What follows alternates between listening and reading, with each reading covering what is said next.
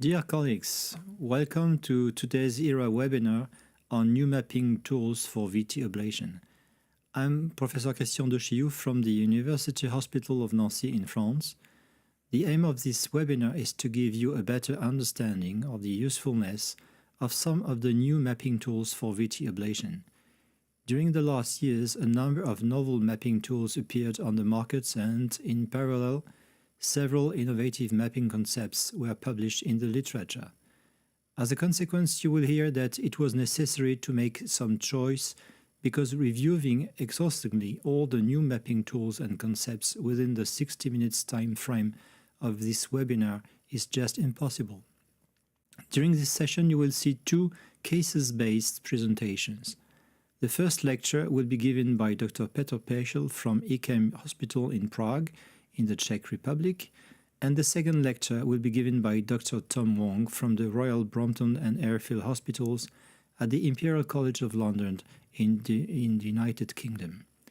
At the end of this 60-minute live event, you will be able to understand the role of intracardiac echo for VT ablation and appreciate the usefulness of high-density mapping to identify VT mechanisms. This session is highly interactive, and we strongly encourage you to actively participate by sending your questions and your comments at any time during the webinar through the chat. For the best learning experience, we also invite you to participate in online assessment sessions in the form of MCQs that will be submitted during the presentation. Anything you need to know, just ask, and we will provide tips and tricks for your daily clinical practice. This webinar is possible thanks to educational grants from Boston Scientific and Biosense Webster. Now I will hand over to Dr. Petr Pešel for his presentation. Christian, thank you for the introduction. Dear colleagues, good evening. These are my disclosure slides.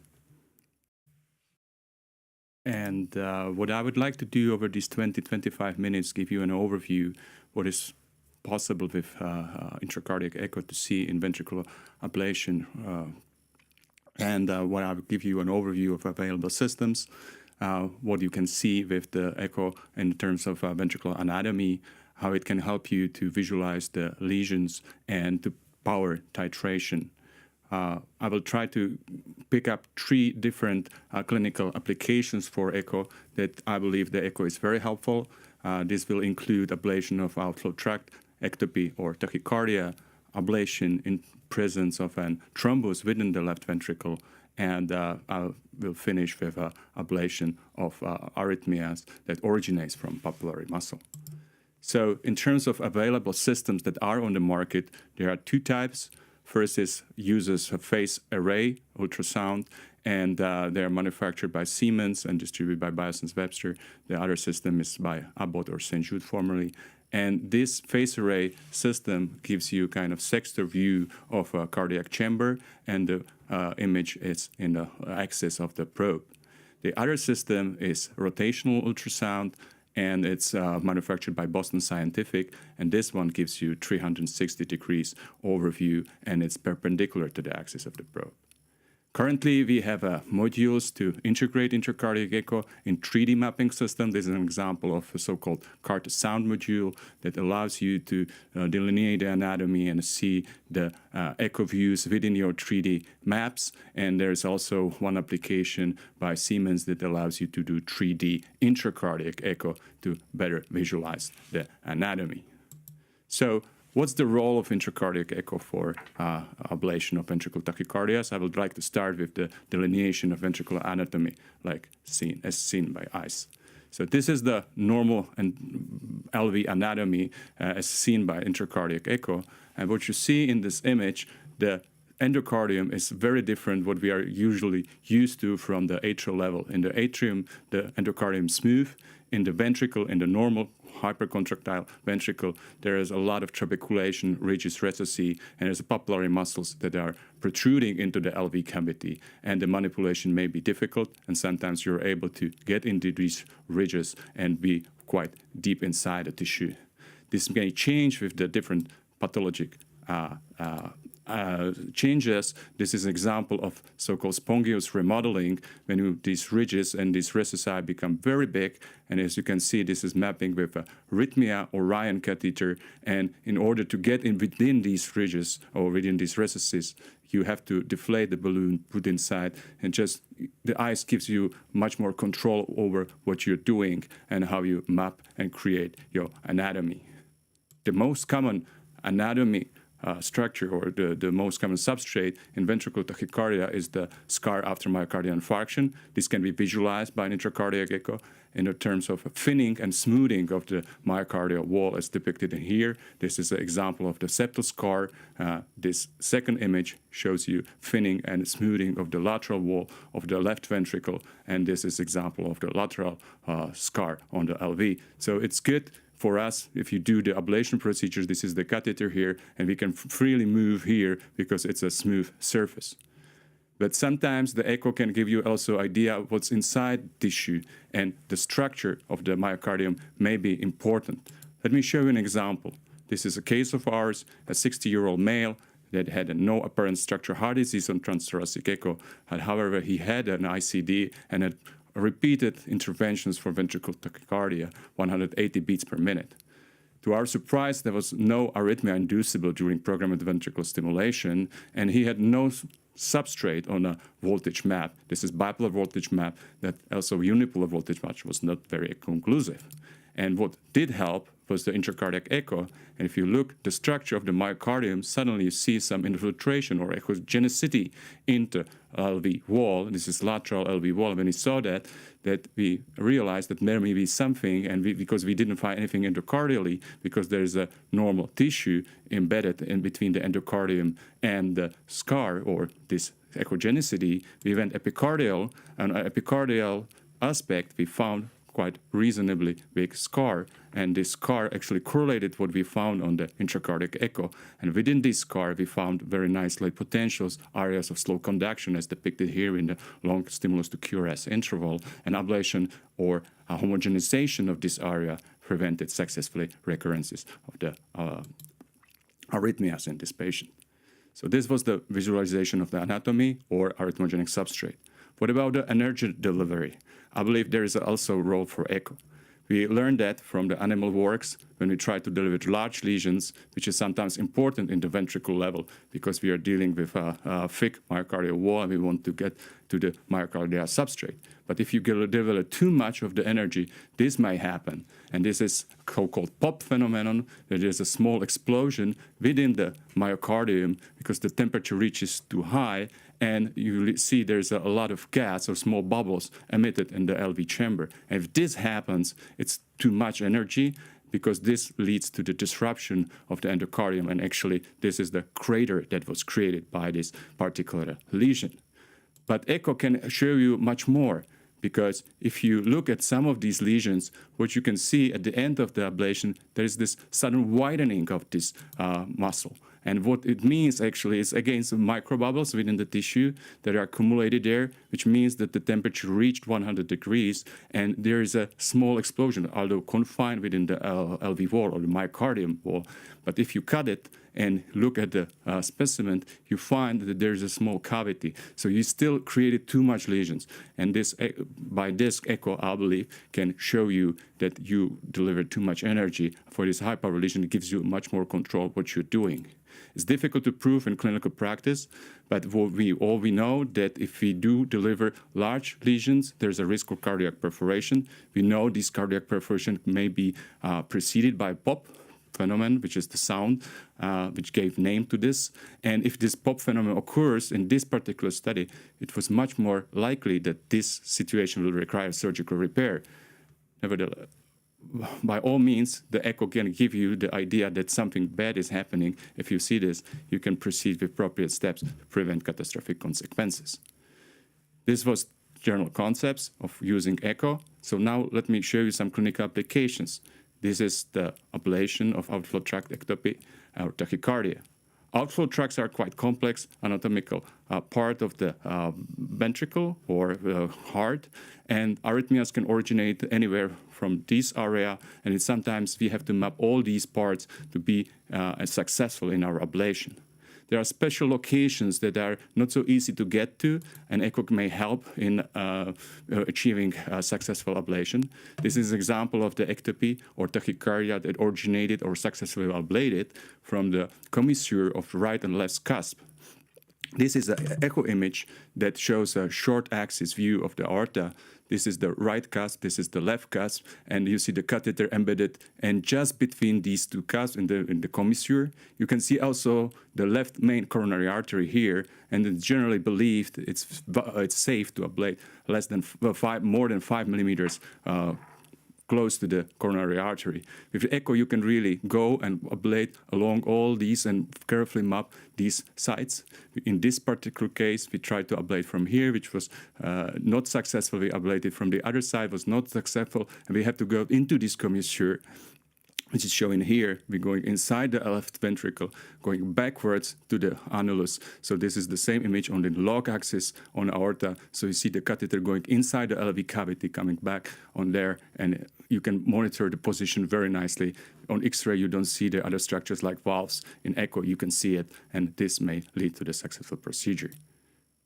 This is another example, as we thought it's going to be a very easy case of LVOT ectopy, because the patient had a frequent ventricular ectopy originating from the anteroceptal region of LVOT.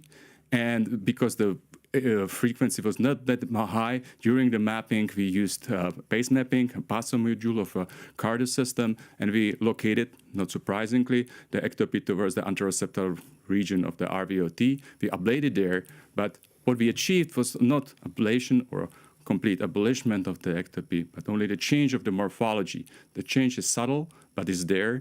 We change from the being negative to being slightly positive. So my question to the audience, if you do the ablation, the LVOT, and you see the change of the ectopy, how would you proceed?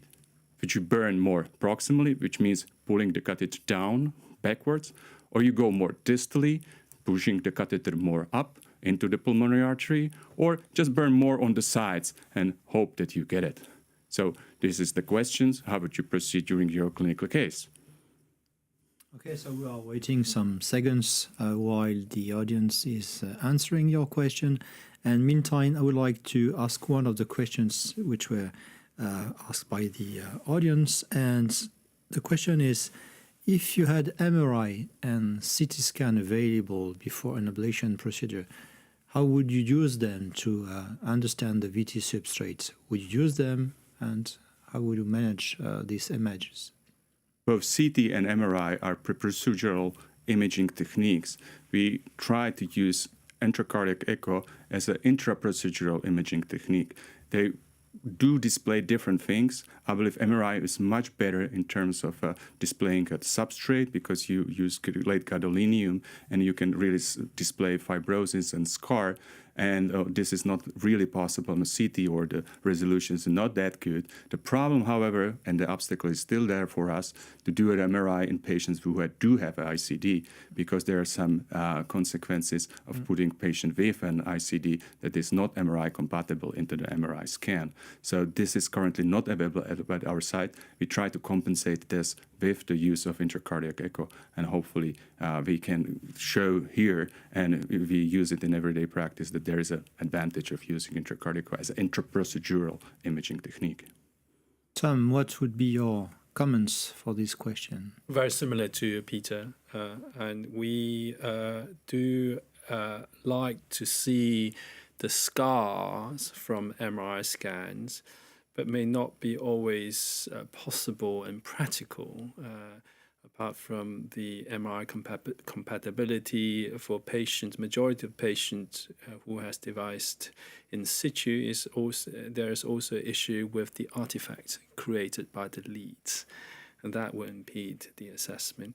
It will be useful that in the future, if there are opportunity to have the MRI scan for such scar assessment, for the scar data to be imported to the electroanatomical mapping system, which is rather limited at the present time with the current versions. And those data, I'm surely will be help us to understand the substrate even before we mapped we place the catheter in the heart to map the substrate. Thank you. So I have the answers from the audience, and answer A is 38%. 25% of people said B, and 38% say it's C.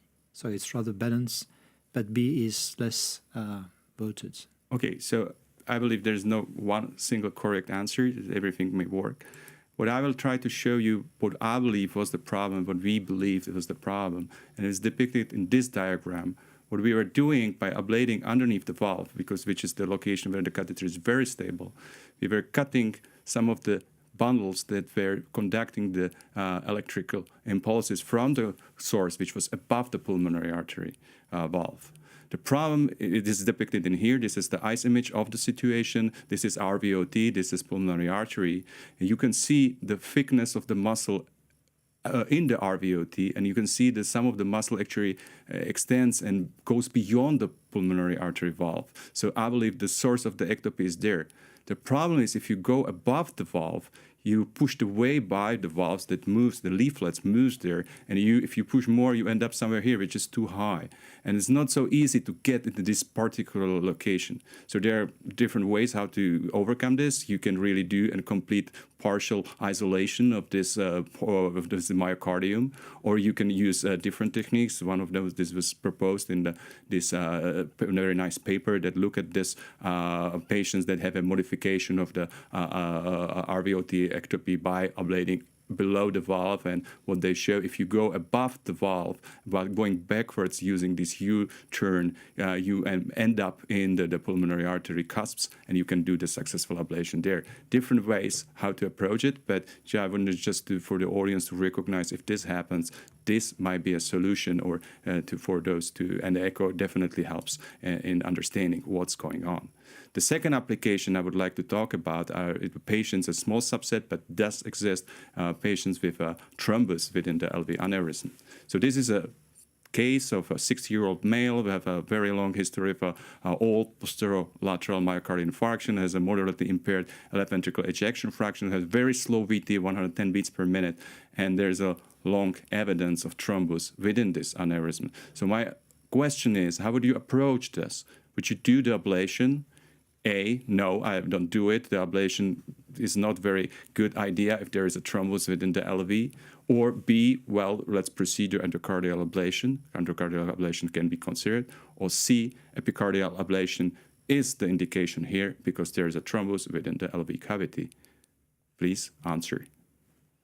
So meantime, I would like to ask you one question, Peter. You are showing beautiful images using the 2D approach.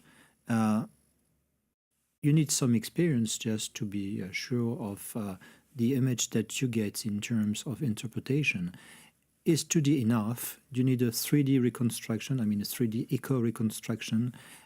What is your opinion about that? I believe if you start with intracardiac echo, having a kind of ability to display 3D or using the integration of a 3D mapping system plays a huge role.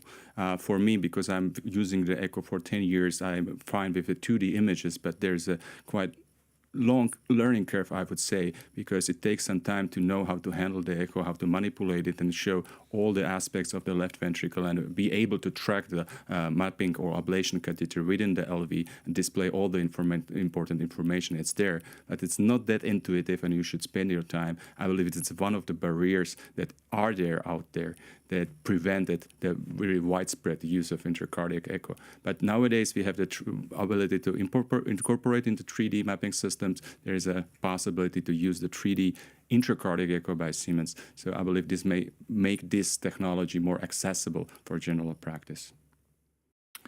Thank you. So we have the results of the polling, and it's rather simple. 50% say C, and 25 say A, 25 say B. So what we generally do is we still, if it's a very old thrombus, there is a long history of this thrombus, we still do endocardial ablation or try to do endocardial ablation because usually the substrate is subendocardial in a post-infarction patient. This is very old paper, 1982 by Mark Josephson, when they did mapping, catheter mapping in patients undergoing surgery. And as they noted, in about 15% of patients, they do have a mural thrombus that time. So the thrombi were there from the very beginning. We maybe not talk about that some patients with an aneurysm do have a thrombus forming their aneurysm. It can be still due to endocardial ablation and mapping. What's really unsafe to do is to approach a ventricle that has a mobile thrombus within. This is 3D echo of one of our patients that it really showed some moving parts and within the left ventricle, and this is something which we don't really want to do. We accumulated evidence and some series of patients. It's small series, but these were patients that had an old thrombi or a long history despite anticoagulation therapy. And I believe the risk of dislodgement of such a thrombus, which is there for many years, and this was really long history, it's quite low because that time the thrombus is already integral part of the myocardial wall. We did the ablation endocardial. However, we had to approach some of these substrates epicardially because there was not a problem of dislodgement of the thrombus. It was a problem it covered a long area or large area of the substrate, and it was prevented that to go there with the ablation. This is an example of our case that I demonstrate as I introduced in the beginning. What you see here is the endocardial surface, and you can track that, and you can see there's sudden bulging of the LV wall, which is strange for the myocardial scar. This is the tip of the catheter. With the echo, you can delineate really the margins of the thrombus. You can ablate along the thrombus. It makes no sense to ablate on the top of the thrombus. In this particular case, the thrombus really protected part of the circuit. We had to go epicardially. We found there beautiful late potentials, which actually ablating them get rid of the ventricular tachycardia. So the learning point here for us was that some of these thrombi may be completely missed by a transthoracic echo because they can be quite laminar. This is an example of that. This is the LV aneurysm. This is calcification. And you see it in the lower part, there's a kind of inlay. And this is the old thrombus. And the same image can be obtained intraprocedurally with the intracardiac echo. You can see the calcified aneurysm and the thrombus inside. So I believe this intraprocedural imaging can give you idea what's going on and why you're probably failing your ablation, although you have good access. The third clinical application I would like to talk about are arrhythmias originating from the papillary muscles. And these are known source of the ventricular arrhythmias, ectopy, VTs, or some triggering ectopies that may trigger ventricular fibrillation. The problem with ablation is that the papillary muscles are fixed structures. They have complex anatomy, and they are mobile. So there is often poor catheter contact if you use radiofrequency, and some suggested to use cryo for ablation of these arrhythmias.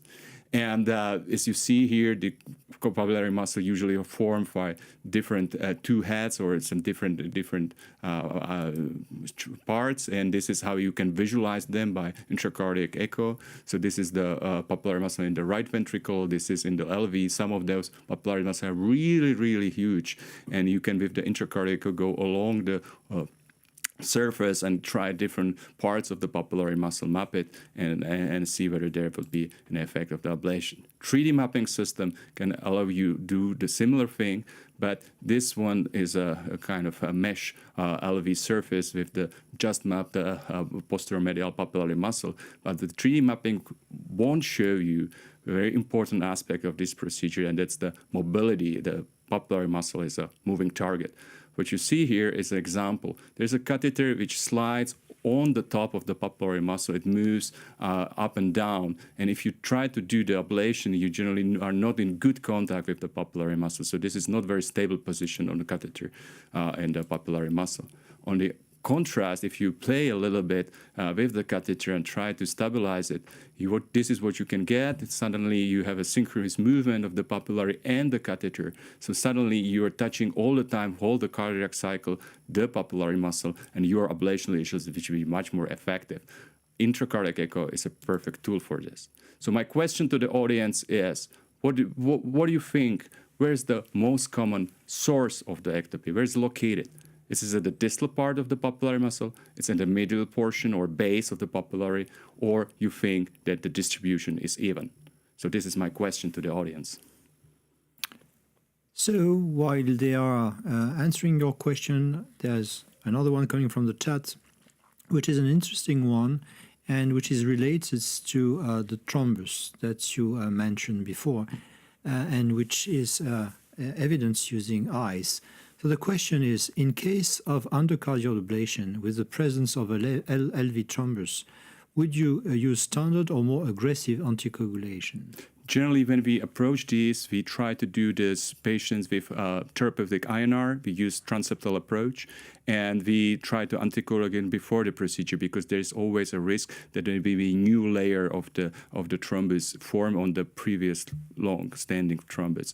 So yes, we go much more aggressively, but there so far small series have been no problem. I believe that the long history of these procedures shows us if there's a very old thrombus, the risk of thromboembolism is probably lower. But yes, of course, we do much more aggressive anticoagulation. We do on therapeutic INR using transeptal approach.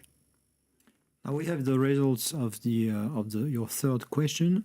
The majority of the people, 56% of them, say that it's coming from the base of the papillary muscle, and then we have distal tip, 19%. Then 16, the distribution is even, and 7% middle portion. Okay, so this is quite difficult question, and it's not clear from the literature what's the correct one.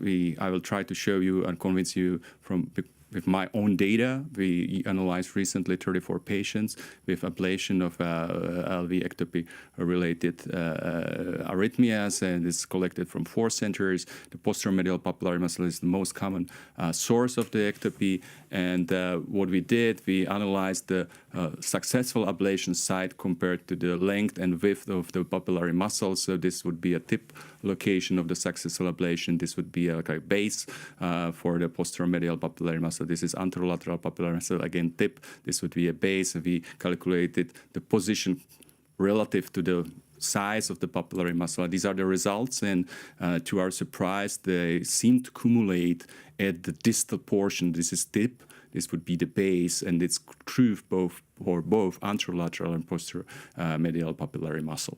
So this would be my answer to the questions, and it makes sense, or this is maybe relevant because the tip of the papillary muscle is the most mobile part, and it's why these arrhythmias are not so easy to get. So let me conclude. I try to convince you that the ICE has a role for VT ablation. It definitely helps to identify different anatomic structures that might be relevant to ablation. It may be helpful to identification of arrhythmogenic substrate. It's good for monitoring catheter contact. I believe it helps to prevent some of the complications by visualization of tissue or overheating. And I show you 3 different scenarios, clinical scenarios, that might be ICE applicable to, which was the papillary muscle VT ablation, outflow tachycardias, and patients with thrombus within the left ventricle. Thank you for your attention. Thank you, Peter, for your excellent talk. And we are going to move right now to Tom, who will explain to us the usefulness of high-density mapping in VT patients. Thank you. Good evening to everyone. My disclosure relevant to this talk is I consult and speak for Boston Scientific. Over the past 30-odd years, we have made tremendous stride in mapping and ablating a variety of arrhythmias whom we see patients in our clinic, and many of them we are now bring them to the EP lab. The success rate, however, is not uniform. The better understanding of the arrhythmia in the now perceived as more simple type does associate or relate to a better clinical outcome, whereas more of the complex arrhythmia in terms of activation and perhaps the circuit in a complex substrate, we still have a lot to learn.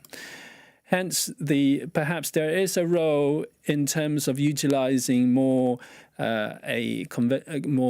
contemporary and more recent developed mapping system to help us to better understand the underlying mechanism in terms of the activation and also the substrate, and hopefully will allow us and to help us to improve our success rate in ablating more of the complex rhythm abnormality. And the recent advances of the mapping system probably can put into 3 categories in terms of the technology. The catheter designs has changed more recently with the company with the mapping technology. The more fast processing power and ability allowed us to filter and to deal with the signal more readily, and very often we don't need to rely on manual annotation to go through thousands of points, and this all been done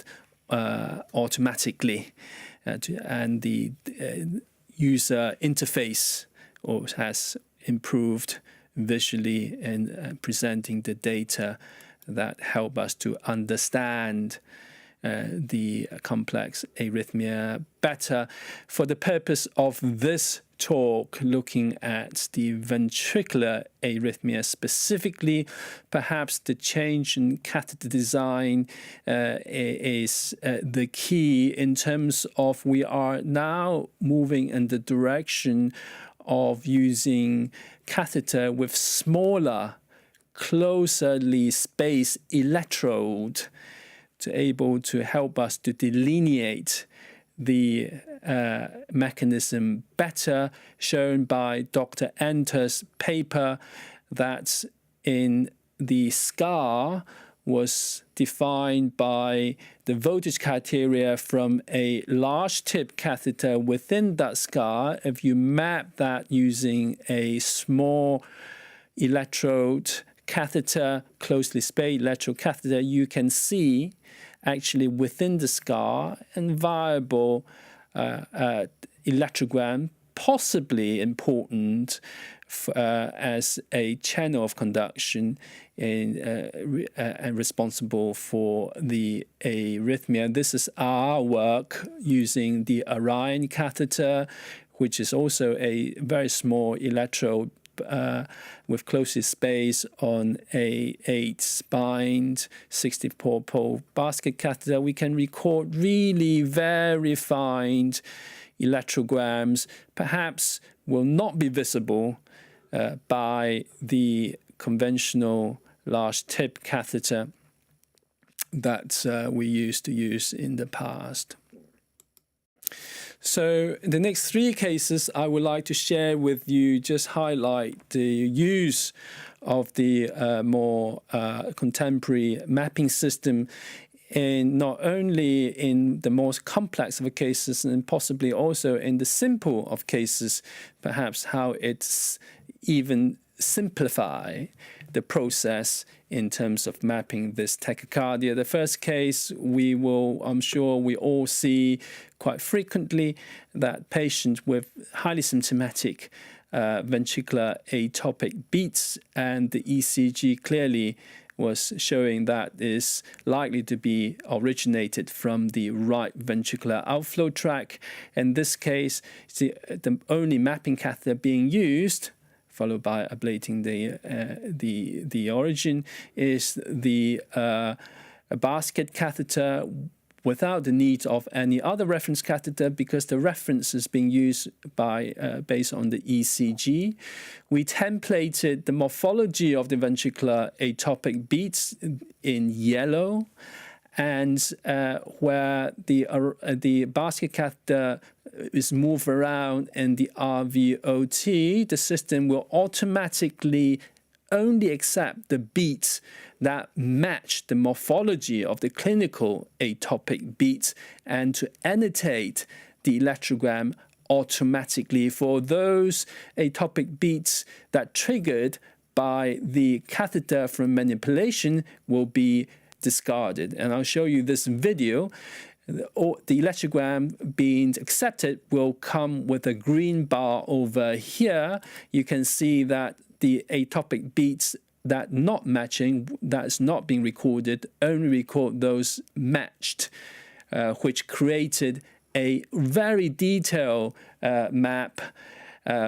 Took about 7 minutes, and the electrogram recorded more than 2,000 points, could provide us with a very detailed activation of to show the origin of this ventricular atopic beats. And here is the local electrograms that's recorded by the basket catheter in this location. The earliest activation here appears to be from the distal pole of the red spines of A7H, which was located here on the anatomy, and a very localized ablation obliterated the focus of this rhythm abnormality.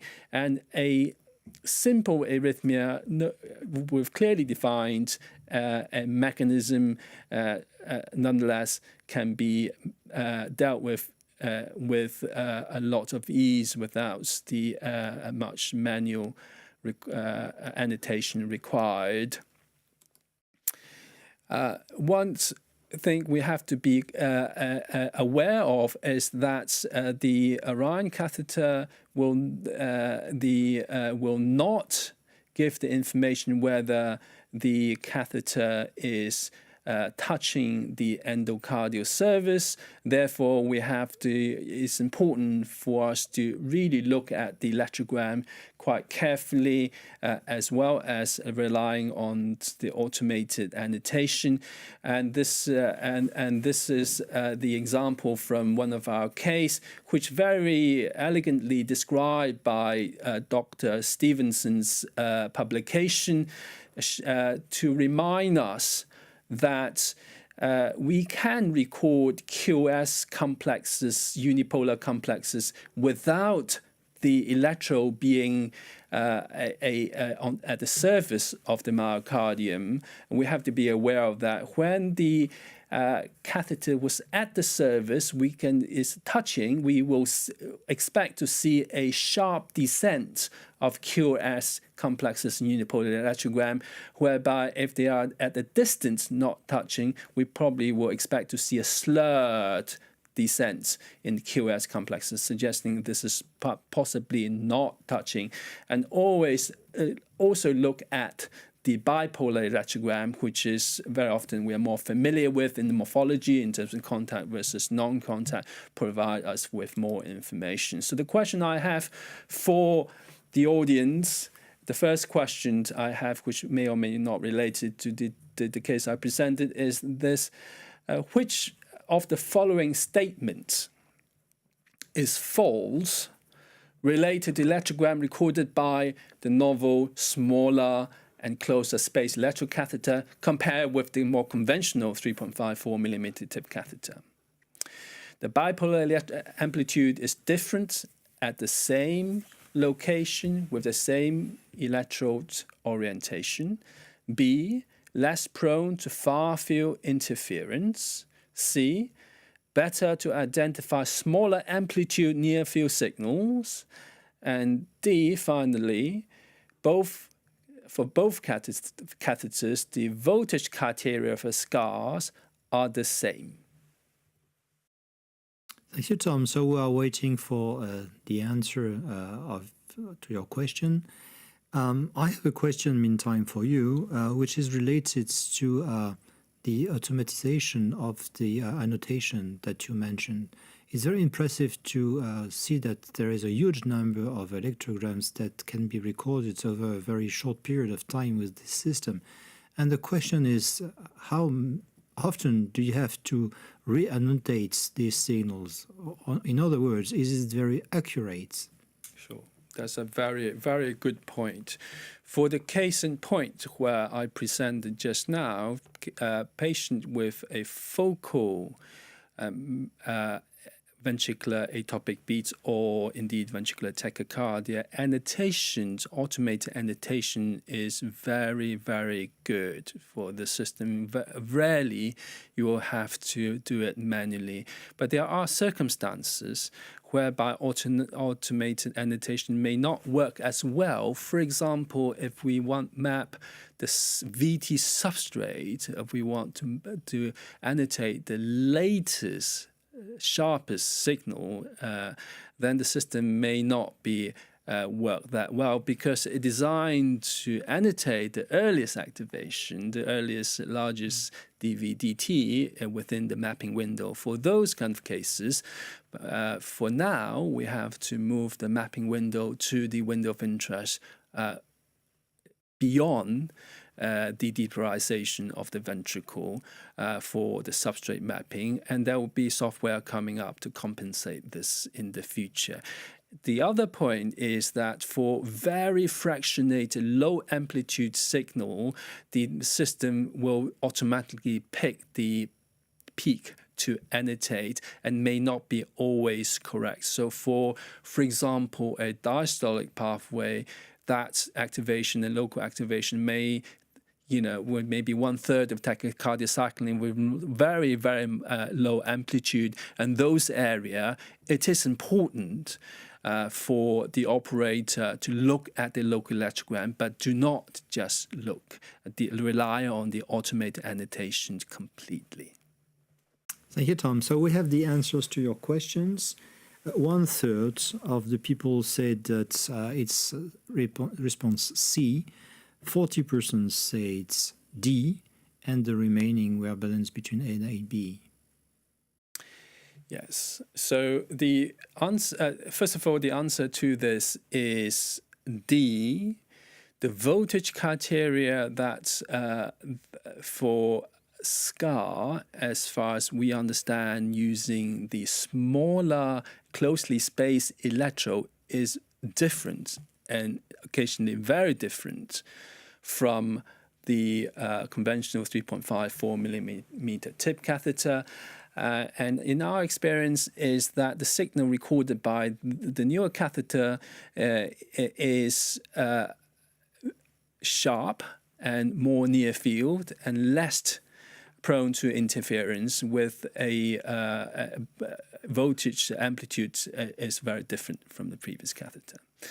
So if I can move on to the second case, if I may, is a relatively young man who presented to hospital for the very first time, never been ill in his life, with ventricular tachycardia, and was found to cause by acute myocarditis in the year of 2011. Over the subsequent 3 years, he had 3 VT ablation, one of which was an epicardial, includes an epicardial approach. However, none of these ablation has been helpful, and he rendered on multiple anti-arrhythmic medication, which amiodarone has caused thyroiditis, required operation. 5 years later, on 3 anti-arrhythmic drugs, he was still having VT, and the anti-arrhythmic drug has slowed the VT significantly, nonetheless still giving him symptom that failed to respond to anti-tachycardia pacing and required frequent and multiple DC cardioversion. And this is the ventricular tachycardia that he has been having before his last procedure, showing that across the chest lead there were R waves, and in the limb lead, the lead 1 and AVL were negative. We then took him to the EP lab. These days, I map endocardial VT, possibly from a transeptal puncture only, but in his case, some time ago now, 2 years ago, I combined the retrograde approach with the basket catheter here and the transeptal approach. And here is the activation. The earliest activation is in orange, and here's the apex of the left ventricle. Here's the mitral valve annulus. In VT, you can see the earliest activation. Here's the electrogram at the earliest activation. It's not very early compared with QRS complexes, and there's a large area of earliness over here endocardially, which is not particularly impressive. And if I play the video here, which I failed to do so earlier, or this one even,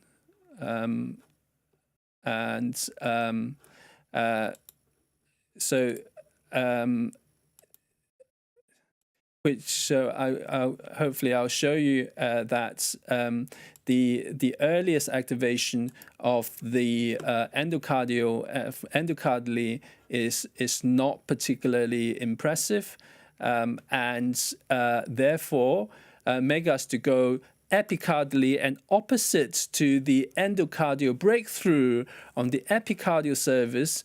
When we map that area using an Orion catheter in a collapsed state, we saw an area of where there was late potentials, a discrete area of late potential depicted here in blue in color. When we move the window to map the late potential, that's just at the post-systolic area, and you may able to appreciate that when we move the roving catheter around this area, we saw very late, well, not very, but an area of late potential over there.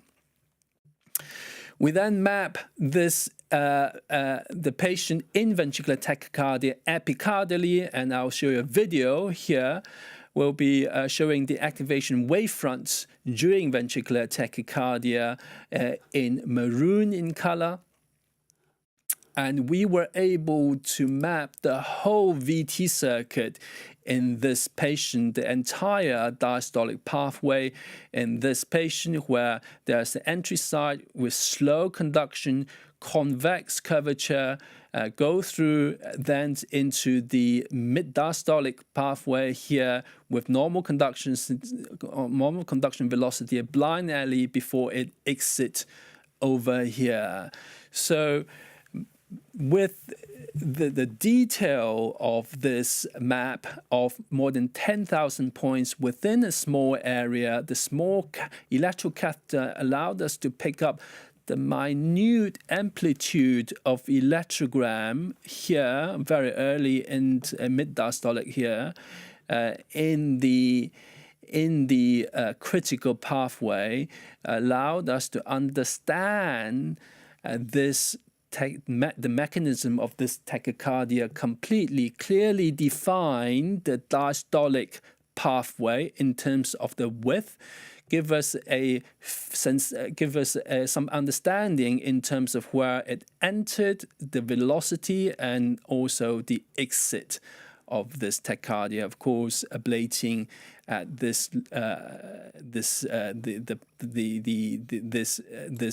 patient has rendered a tachycardia non-inducible, and he is now off all anti-arrhythmic medication without any further events. The question I have for the audience, if I may, is that is which of the following statements, which only one of the following statement is true? Epicardial space can only be entered cannot be entered more than once, more than one occasion for an ablation. B, the curvature of the wavefronts at the entry site of the diastolic pathway is concave. C, the conduction velocity within the diastolic pathway is often slowest at the site just before exit. Or D, external defibrillation threshold changes with the amount of pericardial fluid during an epicardial procedure, for example. Thank you, Tom. While people are answering your questions, I have a question for you, which is about the catheter maneuverability when you are performing mapping in the left ventricle, because when you are using a retrograde approach or even an anterograde approach using the multi-electrode mapping catheter, it may be possible that you are harmful just because of the presence of the aortic valve or the presence of the papillary muscle. So what are your comments about that? Are there any tips on tricks? Is this harmful or not? Sure. That's an extremely good question, and that's very much at the forefront of my mind when I first used this catheter now some time ago, and we now have accumulated some experience in using this catheter. First of all, from the safety perspective, number one, the most paramount, is that we never have any safety issue, having done possibly 50 odd cases, that's VT cases so far. The retrograde approach for a start has been no issues crossing the aortic valve, either by direct approach or make a U-bend across the aortic valve, has been very safe. More lately, I've been mapping the coronary cusp using the Rhine catheter, and I have not come across with problem or complications. Transeptal approach is my preferred choice now, mapping the left ventricle, because with a deflectable sheath, we can reach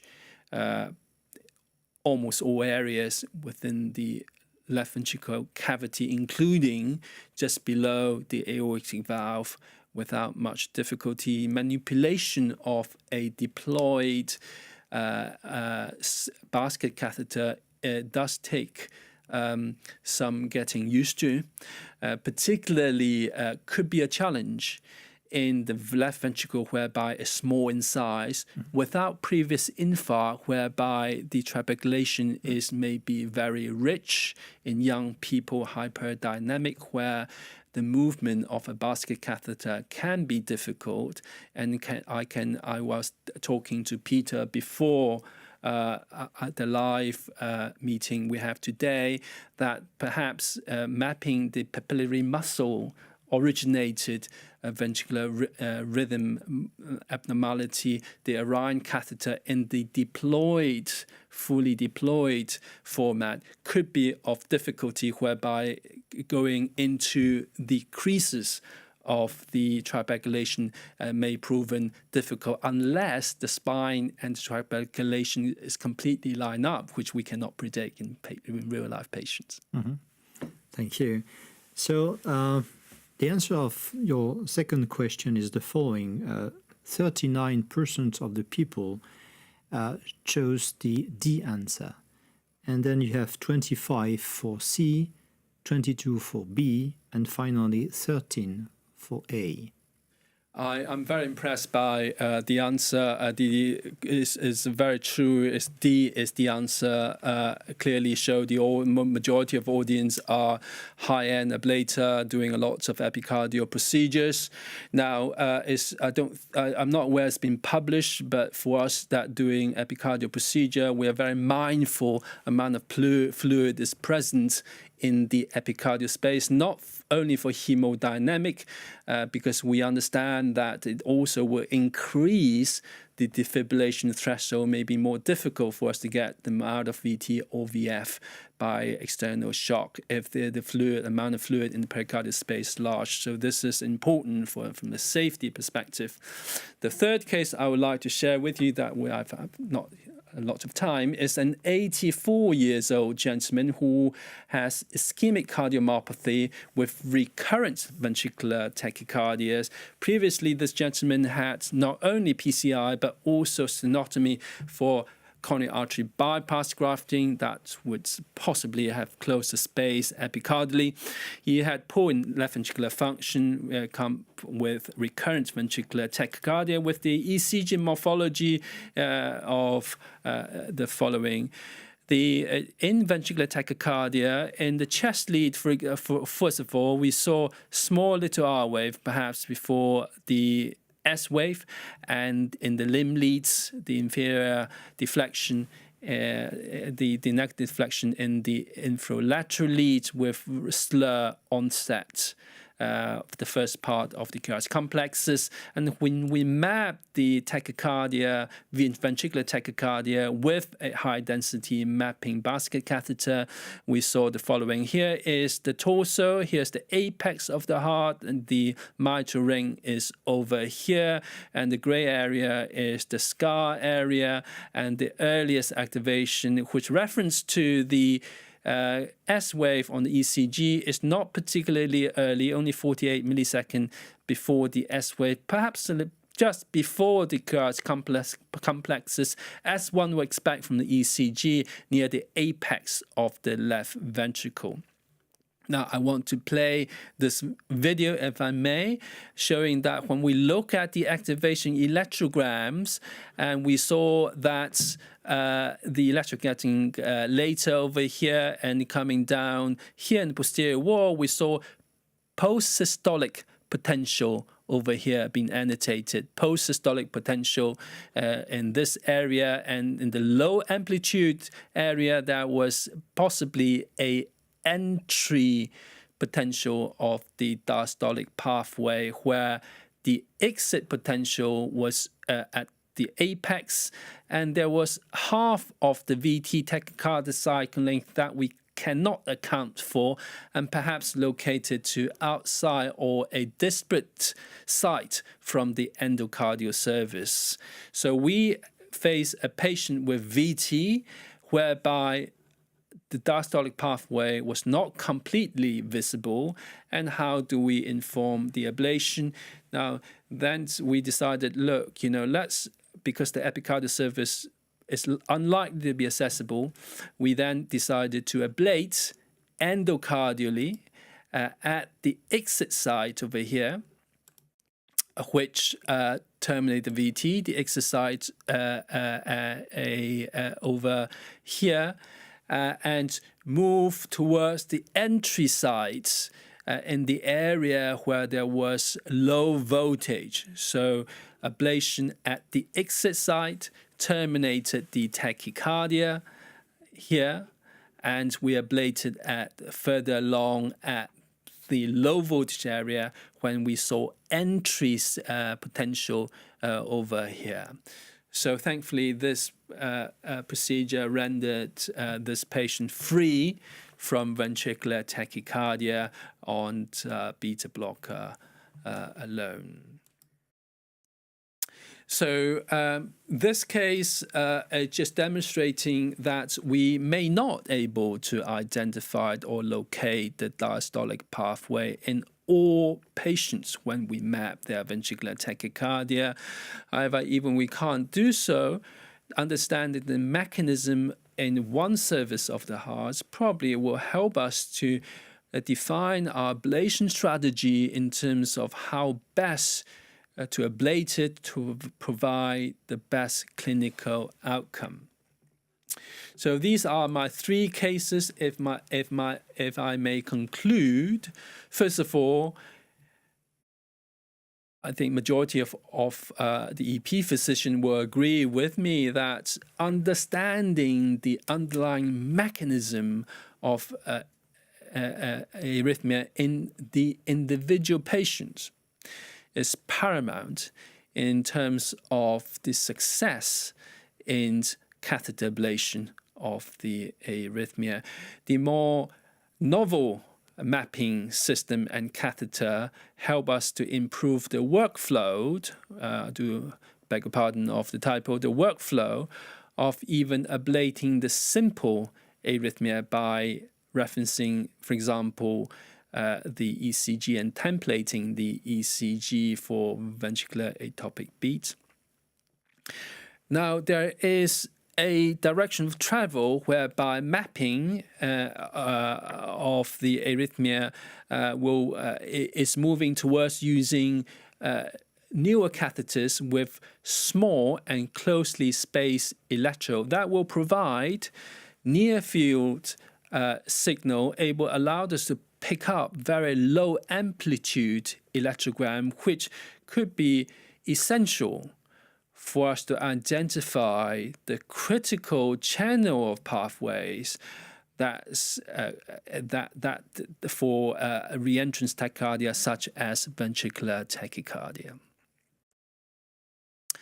Now, I've shown you a case whereby the novel mapping technology is able to delineate the entire diastolic pathway during VT. That's we probably less likely to achieve using the more conventional catheter, whereby we can't see electrogram very clearly, and certainly resolution may not allow us to map the pathway in that details. In cases whereby the diastolic pathway is not able to completely map, the high density mapping system may still able to help us to define our ablation strategy for a hopefully better clinical outcome.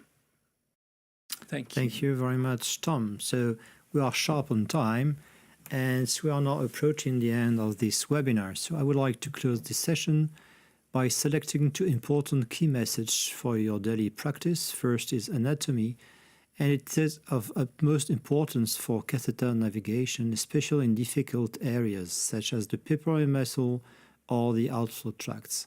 So Dr. Peschel showed how ICE is useful for this, as well as for the identification of an LV thrombus. And the second point is VT mechanism. It's, of course, also of utmost importance to understand the VT circuits and to identify the ablation target. And Dr. Wong showed how useful is a high-density mapping for this purpose. So we will now close the webinar. I thank you, Dr. Peter Persch and Dr. Tom Wong, for their didactic presentations and the important comments they've made for when they were answering your questions. Thank you also to Boston Scientific and Biosense Webster, who supported this webinar with unrestricted educational grants. We hope you enjoy this time with us, and you will be able to view again this webinar offline in a few days on the ESC website. Thank you very much.